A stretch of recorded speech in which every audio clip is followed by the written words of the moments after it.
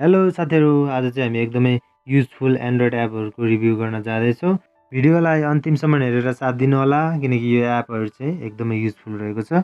पहिलो नम्बरमा हामी हेर्नेछौँ सज्जम भन्ने एपको बारेमा। म्युजिक लभरहरुको लागि यो एप एकदमै राम्रो हुन सक्छ किनकि कतिपय अवस्थामा हामीले रिल्सहरुतिर देख्छौँ, धुनहरुलाई सुन्छौँ, गीतहरुलाई सुन्छौँ, तर हामीले त्यो गीतलाई खोज्दाखेरि त्यो गीतलाई हामीले भेटाउन सकिँदैन। तर यस एपलाई त्यो गीतको धुन मात्रै प्ले गरेर सुनाइदियो भने यसले चाहिँ त्यो गीतको डिटेल सहित खोजेर दिने काम गर्छ। जस्तै यहाँनिर देखिरहनु भएको छ, मैले त्यो धुन सुनाएको थियो त्यो गीतको, अनि त्यो गीतको डिटेल सहित यहाँनिर सिङ्गरको नामदेखि लिएर अनि सबै डिटेल चाहिँ यहाँनिर यस एपले दिने गर्छ।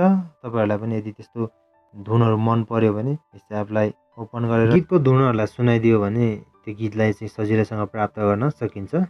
दोस्रो एप रहेको छ GMWay बेटा भनेर। यस एपले चाहिँ हाम्रो युट्युबको, इन्स्टाग्रामको सर्ट्सहरुलाई हाइड गर्ने काम गर्छ। यदि तपाईहरुलाई पनि रिल्सहरु स्क्रोल गर्ने बानी परेको छ, लत लागेको छ भने चाहिँ यस एपलाई डाउनलोड गरेर हामीले आफ्नो फोनमा राखेर केही समयको लागि चाहिँ हामीले त्यो सर्ट्सहरुलाई ब्लक गर्न, हाइड गर्न सक्छौँ।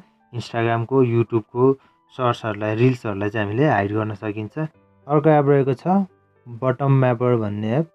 यस एपको सहायताले चाहिँ हामीले आफ्नो मोबाइल फोनको भोल्युम अप, भोल्युम डाउन बटमबाट चाहिँ हामीले स्क्रिनसटहरुलाई लिने, फ्ल्यास लाइटहरुलाई बाल्नेदेखि लिएर अनि कपी पेस्ट गर्नेहरु टेक्स्टहरुलाई देखि लिएर सबै कुराहरु हामीले गर्न सकिन्छ। हेर्न सक्नुहुनेछ भोल्युम अप, भोल्युम डाउन भनेर यहाँनिर अप्सन दिएको छ। मैले यहाँनिर भोल्युम अपमा क्लिक गरेँ। त्यसपछि यहाँनिर हेर्न सक्नुहुनेछ सिंगल ट्याप, डबल ट्याप र लङ प्रेस भनेर यहाँनिर अप्सन दिएको छ। मैले लङ प्रेसमा क्लिक गरेँ। यहाँ हेर्न सक्नुहुनेछ धेरै अप्सनहरु रहेको छ। नो एक्सन सुरुमा, डिफल्ट, त्यसपछि home, but back, recent, okay, धेरै अप्सनहरु दिएको छ। यहाँनिर तल हेर्न सक्नुहुनेछ यहाँनिर स्क्रिनसटहरुको पनि दिएको छ। अनि यहाँनिर कपी पेस्ट, कटको पनि यहाँनिर अप्सन दिएको छ। यसरी तपाईहरुले आफ्नो सहज अनुसार बटमहरुमा सेट गरेर आफ्नो सहजको लागि अनि प्रयोग गर्न सक्नुहुनेछ। जस्तो कि मैले यहाँनिर फ्ल्यास लाइटलाई सेट गरेको छु। यहाँनिर हेर्न सक्नुहुनेछ माथि फ्ल्यास लाइट अन अफ भइरहेको छ। मैले लङ प्रेस गर्दैछु। स्क्रिनसटलाई सेट गरेँ। यहाँनिर लङ प्रेस गर्नेबित्तिकै स्क्रिनसट लिइसकेको छ। यस्तो प्रकारले तपाईहरुले यस एपलाई सजिलो सहजको लागि सेट गरेर आफ्नै हिसाबले चलाउन सक्नुहुनेछ।